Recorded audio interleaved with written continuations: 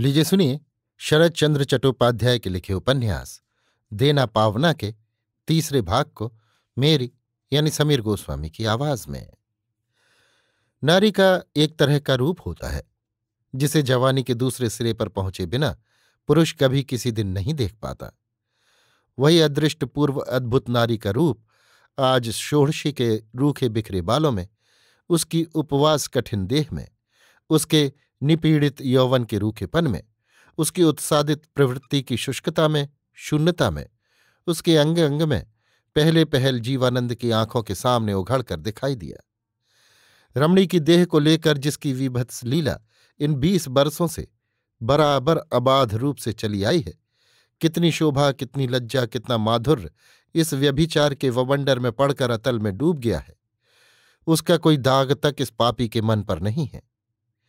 लालसा की उस अग्निजिह्वा को जब अकस्मात बाधा पहुंची, तब कुछ क्षणों के लिए इस अपरिचित विस्मय से उसकी मनोन्मत्त विकृत दृष्टि स्तब्ध, गंभीर और आविष्ट हो रही। भैरवी को आंचल से सिर ढकने का निषेध है, इसी से वो सिर झुकाए आंखें मूंदे मूर्छित सी खड़ी रही। जीवानंद ने चुपचाप लौटकर मोमबत्ती यथास्थान रख दी और फिर वो शराब की बोतल से कई प्याले एक के बाद एक भर भर कर पीने लगा। लगभग 15 मिनट का समय इसी तरह चुपचाप बीत गया। एकाएक वो सीधा होकर बैठ गया। जान पड़ा उसने अपनी मूर्छित प्राय पशु प्रकृति को चाबुक मार मार कर उत्तेजित कर लिया है। उसने पूछा, तुम्हारा नाम षोडशी है ना? इधर से कोई उत्तर नहीं मिला। जीवानंद ने फिर पूछा, तुम्हारी अवस्था कितनी है? किंतु तो भी कुछ उत्तर न पाकर उसका कंठस्वर कठिन हो उठा। उसने कहा, चुप रहने से कोई फायदा न होगा, जवाब दो। षोडशी ने बड़े कष्ट से धीरे से कहा, मेरी अवस्था 28 वर्ष की है। जीवानंद ने कहा, ठीक है, जो खबर मिली है अगर वो सच है तो इन 19-20 वर्षों से तुम भैरवीगिरी कर रही हो। बहुत संभव है बहुत से रुपए तुमने जमा कर ली है, फिर क्यों ना दे सकोगी? षोडशी ने वैसे ही धीरे से उत्तर दिया, आपको तो पहले ही बता चुकी हूं कि मेरे रुपए नहीं हैं। इस सशंक धीमी आवाज में भी जो सच्चाई की दृढ़ता थी वो जमींदार के कानों में पहुंच गई। उसने इस बात पर और बहस नहीं की। बोला, अच्छा, तो और 10 आदमी जो करते हैं वही करो। जिनके पास रुपए हैं उनके पास जमीन गिरवी रखकर या बेचकर रुपए दे दो। षोडशी ने कहा, वे लोग ये कर सकते हैं क्योंकि जमीन उनकी अपनी है, किंतु देवता की संपत्ति गिरवी रखने का या बेच डालने का मुझे तो अधिकार नहीं है। जीवानंद ने दम भर चुप रहकर एकाएक हंसकर कहा, मुझे भी लेने का अधिकार क्या खाक है? एक कौड़ी का भी नहीं, तो भी लेता हूं क्योंकि मुझे चाहिए। ये चाहिए ही संसार का सच्चा अधिकार है। तुम्हें जब देना चाहिए ही तब, समझी? षोडशी चुपचाप स्थिर खड़ी रही। जीवानंद कहता गया, तुम्हारे भाव से मालूम होता है तुम कुछ लिखना पढ़ना जानती हो। अगर ऐसा है तो जमींदार के पावने के बारे में झगड़ा हंगामा ना करो, दे दो। षोडशी ने अब की साहस करके सिर उठाकर कहा, इसे क्या आप जमींदार का पावना कहना चाहते हैं? जीवानंद ने कहा, पावना नहीं कहना चाहता, वो तुम लोगों का देह है, यही कहना चाहता हूं। तुम्हें यह ख्याल हो सकता है कि पहले के जमींदार को तो नहीं देना पड़ा। इसका कारण यह है कि वे मेरी तरह सरल नहीं थे। उन्होंने स्पष्ट करके दावा नहीं किया, लेकिन लगभग सारा गांव ही धीरे धीरे बेदखल कर लिया। उन्होंने एक तरह से समझा था, मैंने दूसरी तरह से समझा। खैर, होगा। ये बताओ कि इतनी रात को क्या तुम अकेले घर जा सकोगी? जिनके साथ तुम आई थी अब उनको साथ नहीं भेजना चाहता। इतनी देर में इतनी बातचीत से षोडशी को भय भी कुछ कुछ अभ्यस्त होता आ रहा था। उसने विनय के साथ कहा, आपका हुक्म मिलते ही जा सकती हूं। जीवानंद ने विस्मय के साथ कहा, अकेले इस अंधेरी रात में? बड़ा कष्ट होगा जी। ये कहकर वो हंसने लगा। उसकी इस बात और हंसी का इशारा इतना स्पष्ट था कि षोडशी के मन में जो आशंका कम हो रही थी वो एकदम चौगुनी बढ़ गई। उसने गर्दन हिलाकर क्षीण स्वर में उत्तर दिया, ना, मुझे अभी जाना होगा। इतना कहकर उसके पैर बढ़ाने का उद्योग करते ही जीवानंद ने वैसे ही हंसकर कहा, अच्छा, तो रुपए न देना हो न देना षोडशी, उसके सिवा और भी अनेक प्रकार की सुविधा। किंतु प्रस्ताव समाप्त नहीं हो पाया। उसके मुंह से अपना नाम सुनते ही षोडशी अकस्मात बड़े जोर से सिर हिलाकर कह उठी, आपके रुपए, आपकी सुविधा आपकी ही रहे, मुझे जाने दीजिए। इतना कहकर वो सचमुच ही अब की बार एक पग आगे बढ़ गई। किंतु ये आदमी भी जिन आदमियों को उसके साथ भेजने का साहस नहीं करता, उन्हीं को कुछ सामने दूर पर बैठा हुआ देखकर वो आप ही ठिठक कर खड़ी हो गई। उसके वाक्य और कार्य का कोई प्रतिवाद जमींदार ने नहीं किया, किंतु उसका मुख अंधेरा हो उठा। क्षण भर चुप रहकर बोला, तुम मद्यपान करती हो? षोडशी ने कहा, नहीं। जीवानंद ने पूछा, सुना है तुम्हारे दो एक अंतरंग पुरुष मित्र हैं, ये सच है? षोडशी ने वैसे ही सिर हिलाकर कहा, झूठ है। जीवानंद ने फिर क्षण भर मौन रहकर प्रश्न किया, तुमसे पहले की सभी भैरवियां शराब पीती थीं, ये सच है? षोडशी ने कहा, सच है। जीवानंद ने कहा, मातुगी भैरवी का चरित्र अच्छा न था, इसके गवाह अब भी मौजूद हैं, ये सच है या झूठ? षोडशी ने लज्जित धीमे स्वर में कहा, सुना तो यही है कि सच है। जीवानंद ने कहा, सुना है? अच्छा, तो फिर एकाएक तुम ही भला दल से अलग, गोत्र से अलग, ऐसी सचरित्र होने क्यों गई? इसके जवाब में षोडशी ने कहना चाहा कि अच्छा बनने का अधिकार तो सभी को है, किंतु सहसा एक अत्यंत कठोर कंठ स्वर ने बीच ही में उसे रोक दिया। जमींदार जीवानंद सीधा होकर उठ बैठा था। उसने कहा, मैं किसी औरत के साथ बहस नहीं करता और उसके मतामत को भी नहीं जानना चाहता। मैं कहता हूं, चंडीगढ़ की पुरानी भैरवियों की जिस तरह कटी है, वैसे ही तुम्हारी भी कट जाए, यही यथेष्ट है। आज तुम इसी घर में रहोगी। हुक्म सुनकर षोडशी वज्राहत की तरह एकदम काठ हो गई। जीवानंद कहने लगा, तुम्हारे संबंध में कैसे इतना बर्दाश्त कर गया नहीं जानता। अगर और कोई ये बेअदबी करती तो अब तक उसे मैं पायकों के कमरे में भेज देता। बहुतों को इस तरह भेज भी दिया है।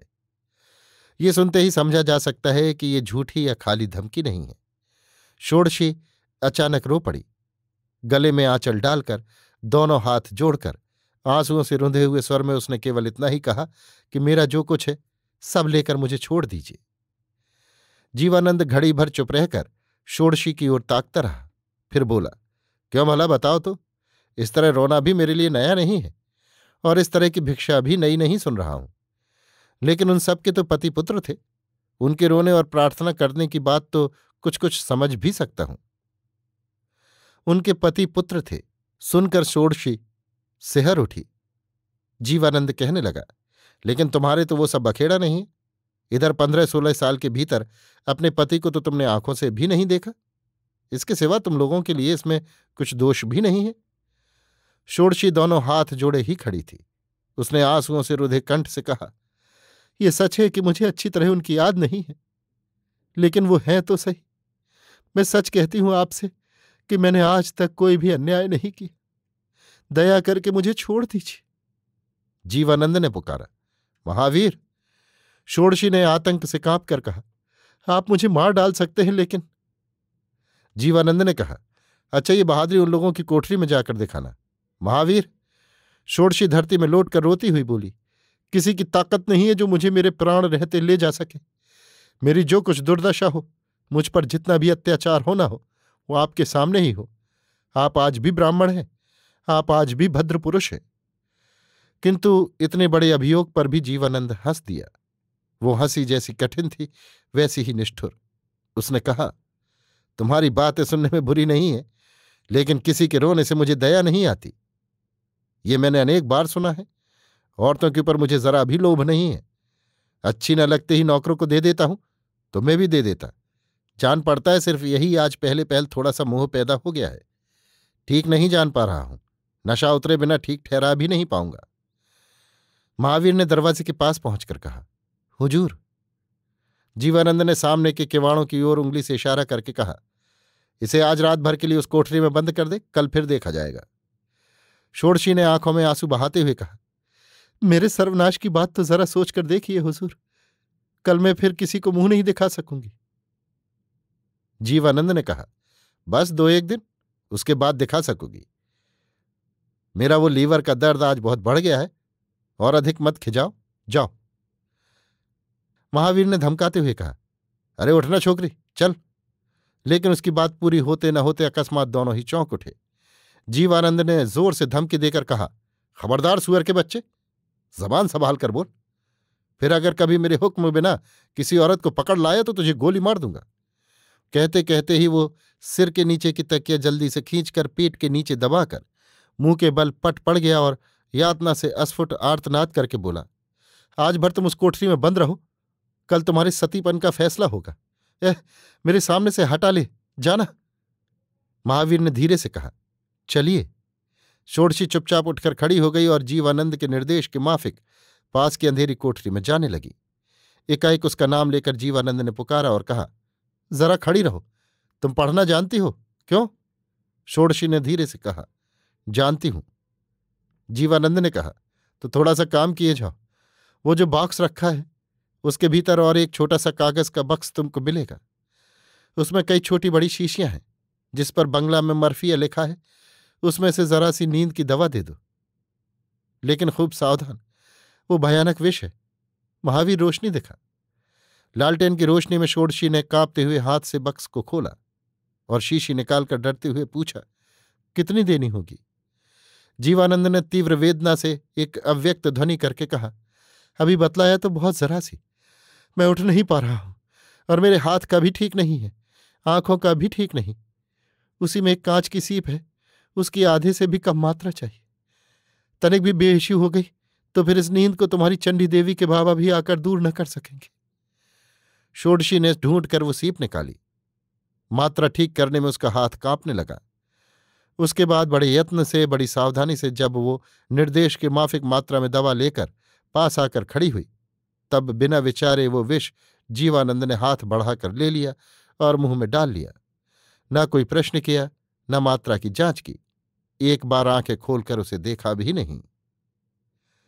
अभी आप सुन रहे थे शरत चंद्र चट्टोपाध्याय के लिखे उपन्यास देना पावना के तीसरे भाग को मेरी यानी समीर गोस्वामी की आवाज में।